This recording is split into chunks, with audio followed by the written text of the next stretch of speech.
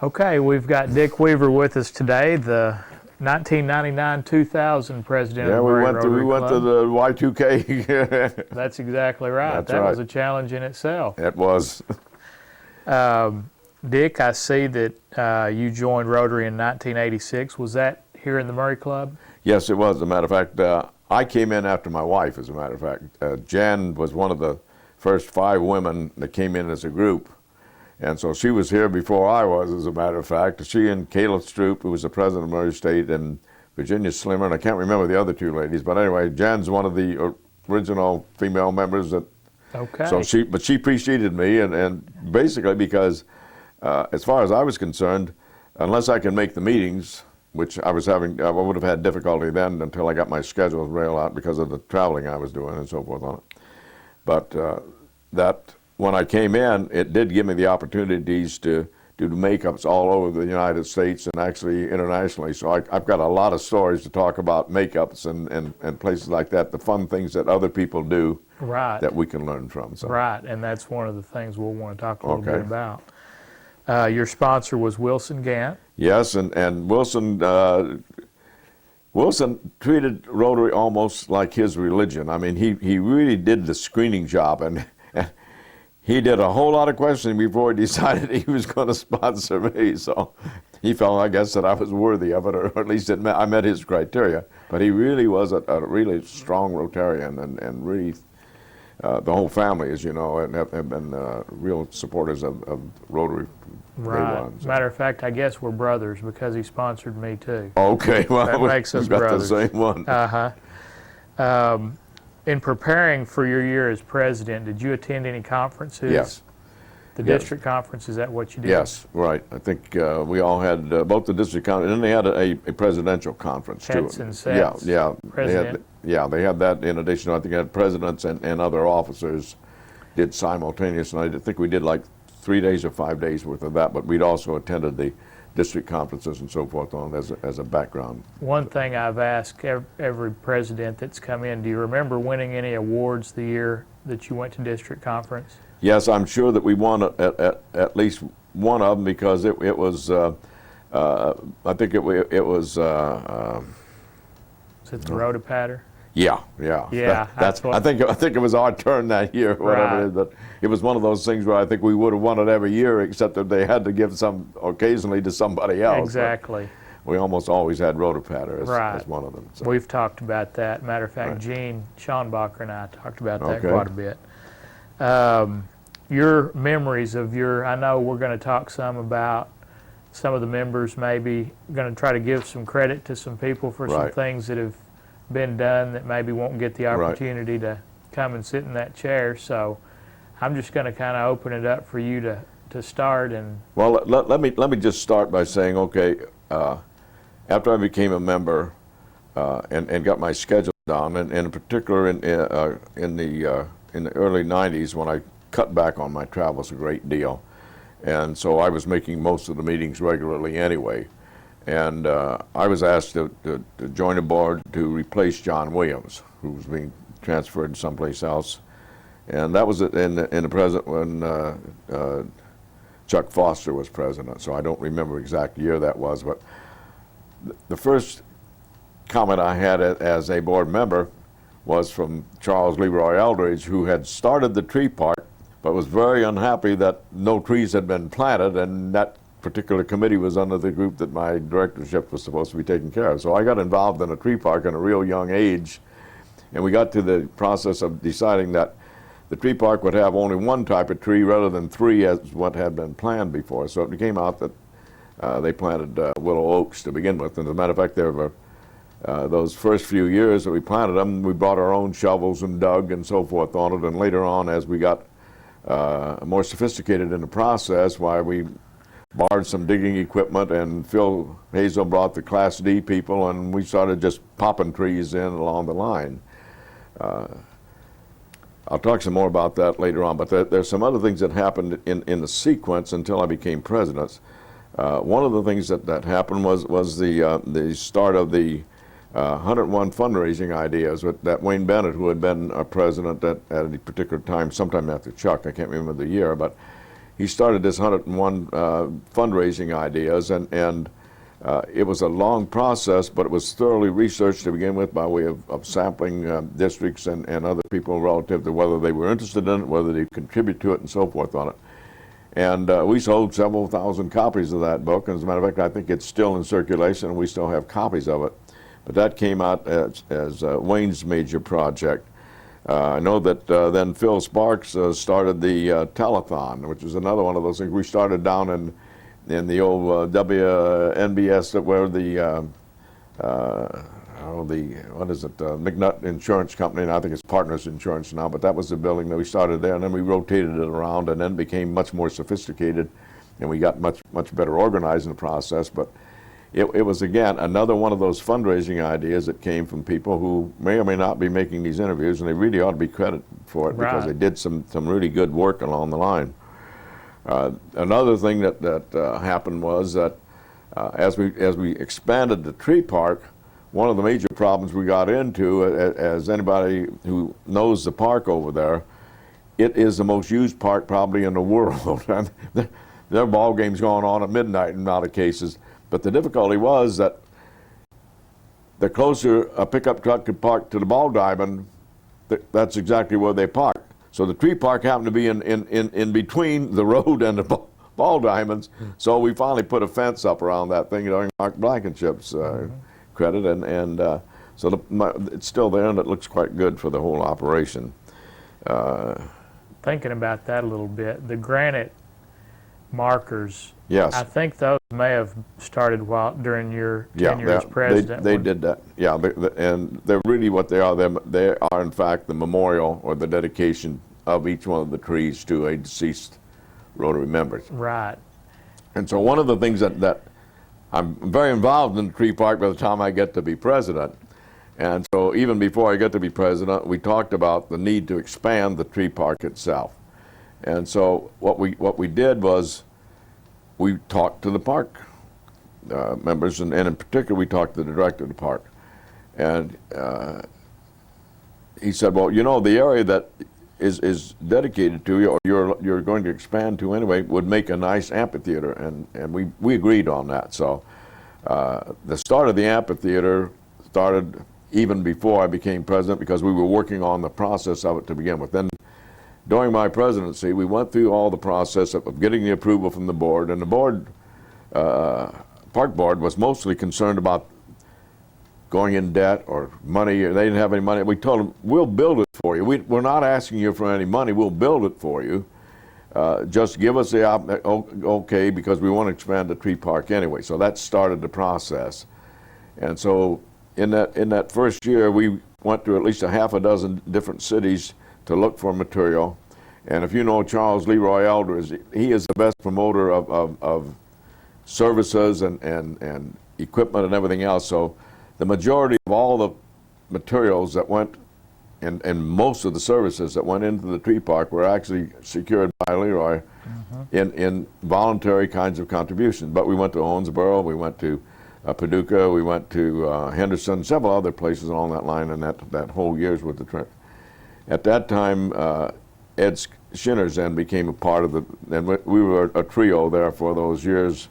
And it was a couple of years before the actual building of the park, but the promotion, all the other work, the background work and so forth was done. Then at the time they started building it, and the amphitheater, Ron Churchill also came in. So Ed Shinner's was basically the general contractor, if you want, with a good right-hand man of Ron, and the undying gratitude to Phil Hazel for the Class D people who actually did the physical work to build the amphitheater. Right. And a lot of donations from local people. Yeah. To dig the holes and yeah. everything else. Yeah, Leroy worked at that for, I guess, 3 years before we ever got going along the line. I mean, and the equipment was done well. The first leveling of the Dwayne Hale did the first bulldozer work right. on that thing. Then we were going to put initially the drainage was going to be gravel, and the engineers said, that's not a smart idea. Why don't we just go and put pipe under that? Well, we don't have any pipe. Well, let's go talk. So we talked to the city, we talked to the county, we got the pipe, got it dug, put in, et cetera, just piece after piece after piece. Right. The city, again, that first year, we got the drawing, the aerial photographs, the layout work on the thing, all the planning aspect, backwards and forwards and so forth. So there was a lot of work done just at that first start of it, but it took us about, I guess, 4 years, going on 5 years before we actually got it totally completed, at least at the stage it is now, which is to the point where it's usable because it has electricity and all the other things that go. In conjunction with that, if I read my book right, you also, during your presidency, went to the county and got the chip and seal for the path. Yes, that's right. And yep. we got it in essence paved all the way right. around the park. Yeah. So now we do have a path. Now our path is complete. Our right. tree park, all we have to do is continue to add trees. Right. That's what it is. And the planning process is still going on as to where we'll expand it from here on out. Right. So I think the tree park is something that will be here, I think, long after all of us are gone, and hopefully there's a little chip marker about yay big with your name on it someplace. Right. So. But also during that period of time, during my presidency, Pete Lancaster came to us with a glowing concept of soapbox derby. We ought to have a soapbox derby. And Jim Tate, who is one of the better promoters around, as a matter of fact, the first soapbox derby was run in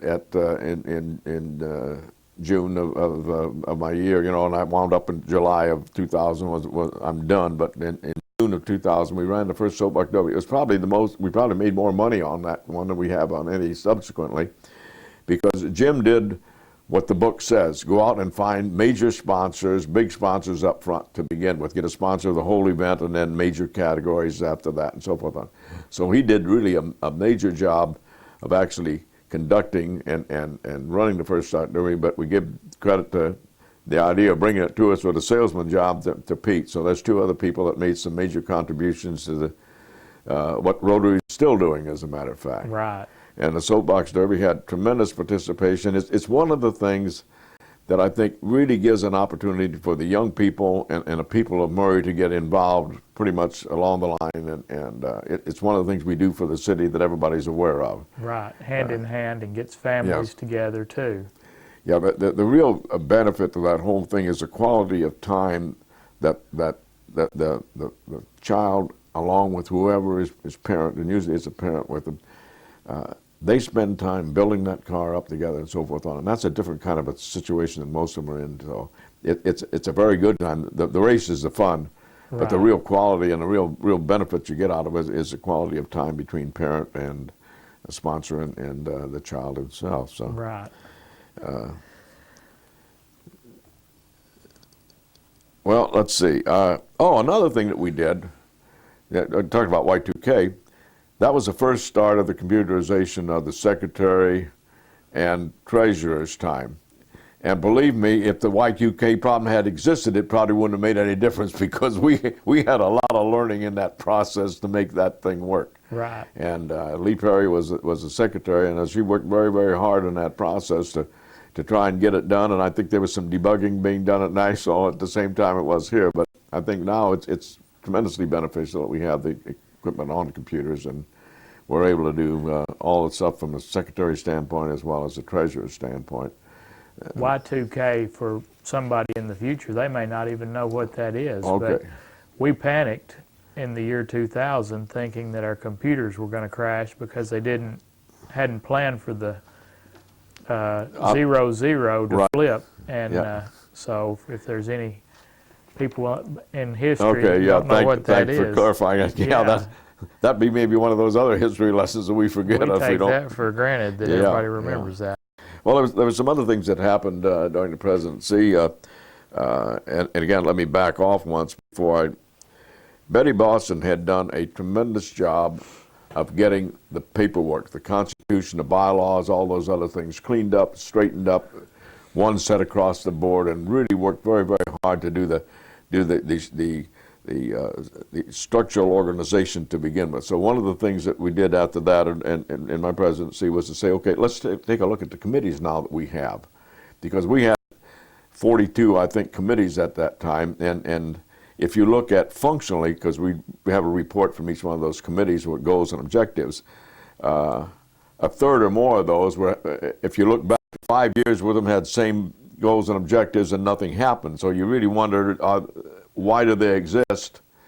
And so we went through the organization and reorganization and cut them down quite a bit in the process to say, let's combine the ones that function. Let's question whether we really need the ones that aren't functioning, and let's see what we can wind up with. So we brought and cut down some on that, and I know that you've done rearrangements since that time, but that was the first time that we'd rearranged it for, in my total memory, or anybody else's memory, as a matter of fact. I asked several people. Not many people remembered the last time they'd gone through that process, but we did change that part around. So we reorganized the committees. As I was looking through some of the history, I saw we formed what I thought was Sally Hopkins, the Long Range Planning Committee. Do you remember instituting that? No, that was she followed me as president. So, but it was a committee report. We had a committee report. Yeah, but that was one of those needed kinds of things. I think maybe that was probably along the lines of what you're doing. They said, "Hey, let's get organized here." Right. And I think it was during your presidency. Okay. You may not have remembered that. Well,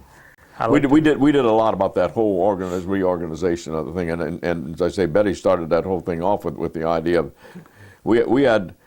As you may remember, we had short board memories, and we would replow ground that had already been settled in a previous 1 or 2 years or whatever else is along the line. So at least all of it was brought up to date and said, okay, here's where we are now anyway, and we have commonality of agreement. So at least for a few years, we're not going to have to go back through, just go back and look and see whether in fact it's there, or let's call the memory, or a parliamentarian, I guess, is what we probably ought to have somewhere in the process eventually. But right. Anyhow, there's another one that I want to give some credit to that was never a president, but Paul McNary was one of those people who worked behind the scenes. And one of the tasks I had with one of my committees, we had a national show and display Rotary to the community, and we had a storefront window, and we put a whole series of exhibits that basically amplified or gave some concept of what our committees actually did. So we had all kinds of exhibits in it, and Paul had made a tremendously large clock that etc. All the electricity, all the electronics that explained Rotary and the details of it in a 12-hour time frame.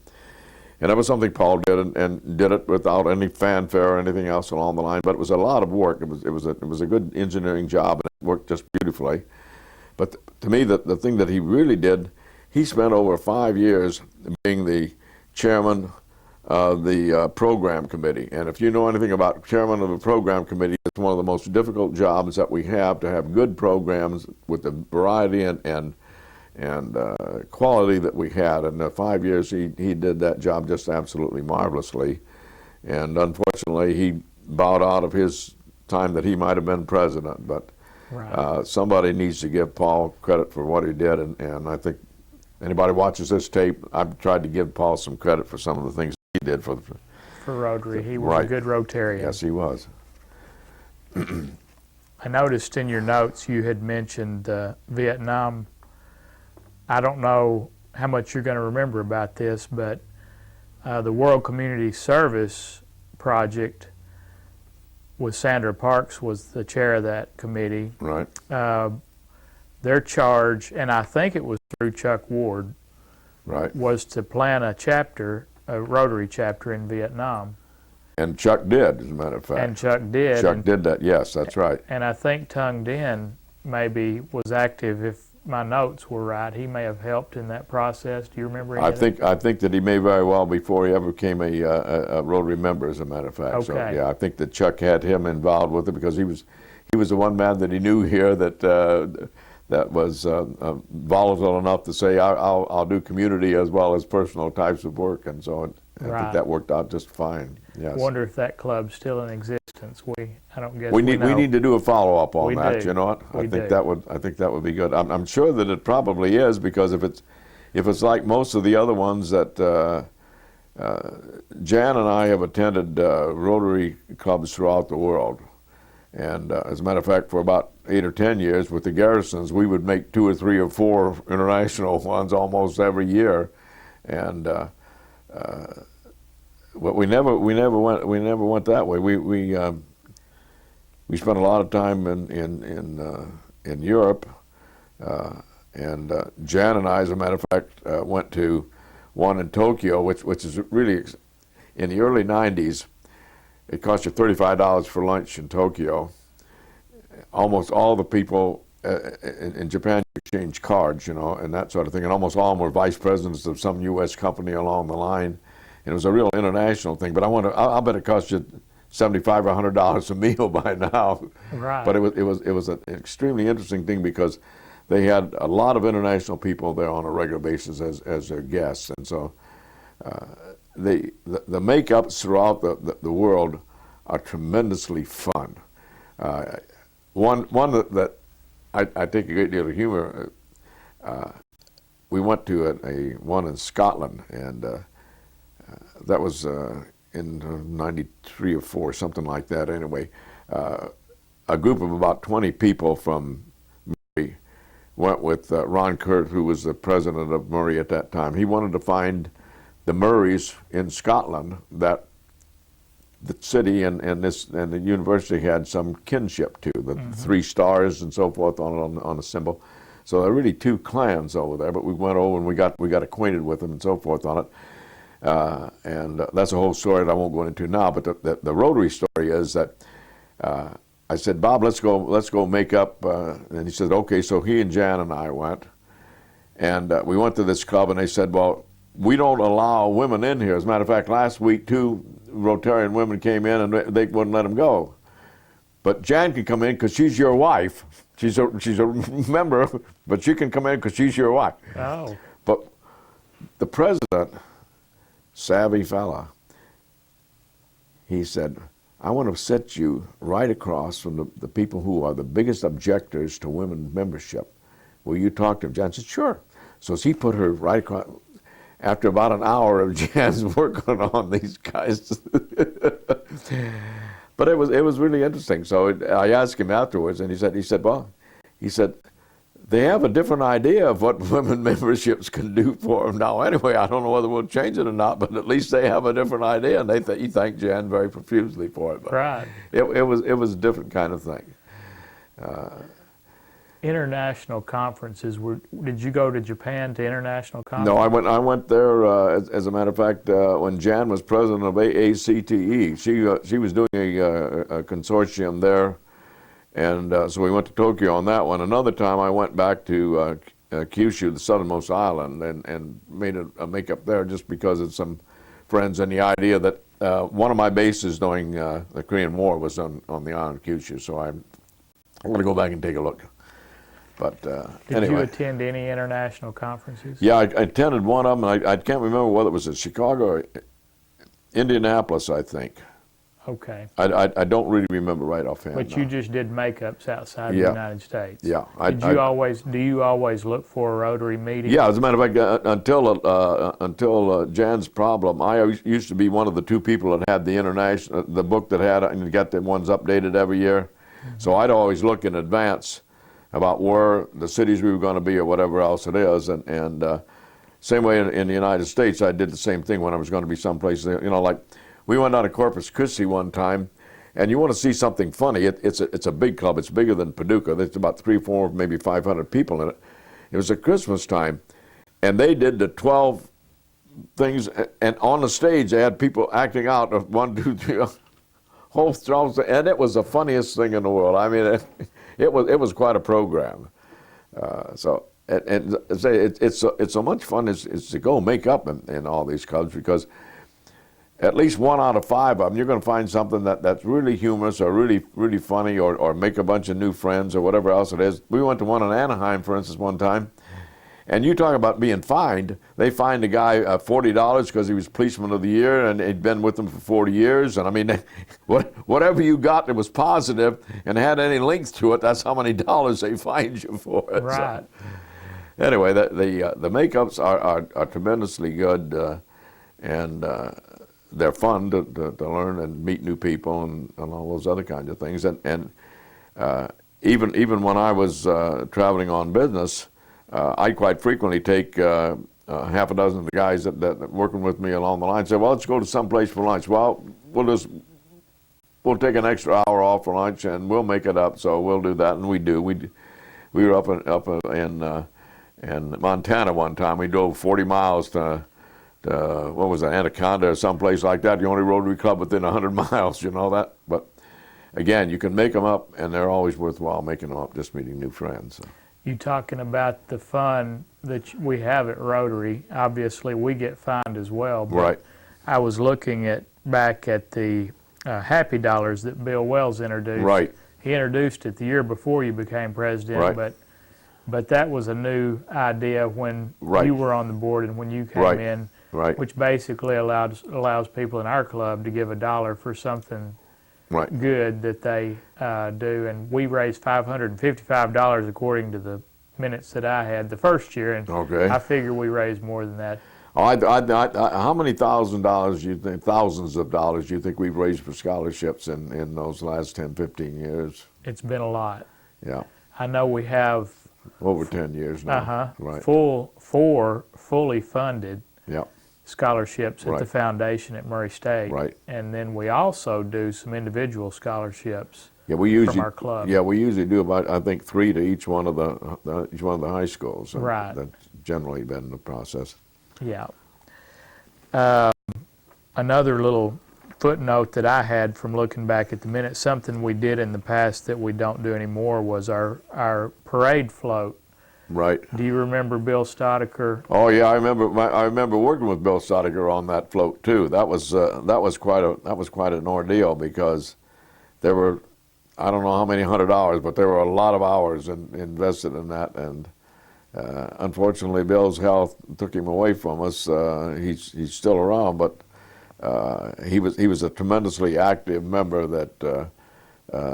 Unfortunately, we don't have the benefit of his utilization here, but I can remember working with Bill not only in Rotary, but a couple of other volunteer things, Heart Association, some others, that just a great, good citizen. Right. And, I know we that miss him. The year that you were president, the theme of he was so efficient, he had his page, I mean, everything was written out, and right. it was the little engine that could. He already had his theme. Right. Written out right. and had everything taken care of by the time our book was written, which probably would have been October, November, and the parade would have been December. Right. So he was well ahead of the curve. Right. But that we don't do, obviously we still do the parade, but we don't do our float anymore. I think when Bill gave up he was the driving force behind that. Yeah, and that's a tremendous amount of work for a single day. Right. And I think that was part of the problem. We probably spend, excuse me, I'm sorry, but cut that out, edit that. Yeah. But I think what we wind up doing, we spend that time now basically on both the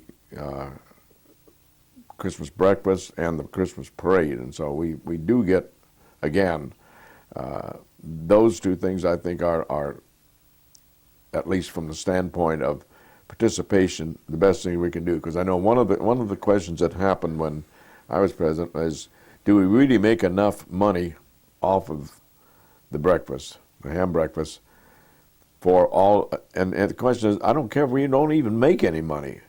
It's the opportunity for all the Rotarians to get a chance to participate together and do something together. And we don't really have enough involvement of our people. I would guess the major cry that I've known ever since I've been a Rotarian and having anything to do with membership or maintenance of membership is how and what can we do to involve the new people, and almost to the point of saying, and when we do the initial indoctrination, shouldn't we actually have a list of what those committees are and ask them to sign up for them then, you know, rather than waiting for them. And we lose too many members, I think, because we don't involve them soon enough in the process. Right. I think our club, though, as far as our projects, is probably as active as any club probably in the world. I agree with you there. We've always got something coming. It's the golf tournament or the telethon or the Christmas parade or well, we've got the baseball, derby, baseball the coming up now, tournament. right? Sure. Right. So we've always got something in the mill, which gives everybody opportunity. Is there anything else there that you see that you'd like to talk about before we close? Well, I think I've covered most of the points that I had thought about. I've written some notes about. I'm sure that I'll regret the ones that I've missed, but I had my opportunity, and that's all I can ask for.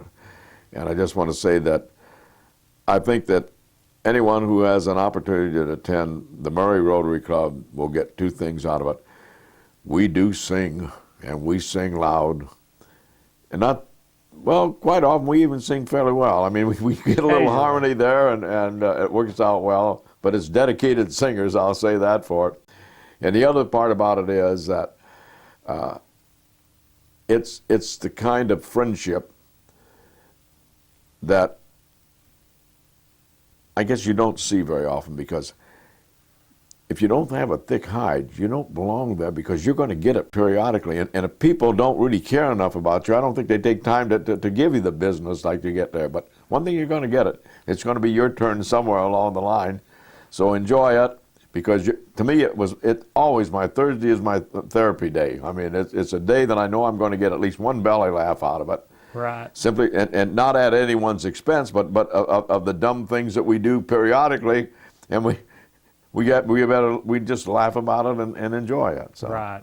Yeah. But it's a camaraderie. It's actually the Rotary Club probably does more as a group, but even more, the individual members are probably the heart of all the things that happen in Murray. And Murray is by far the givenest town that I've ever lived in.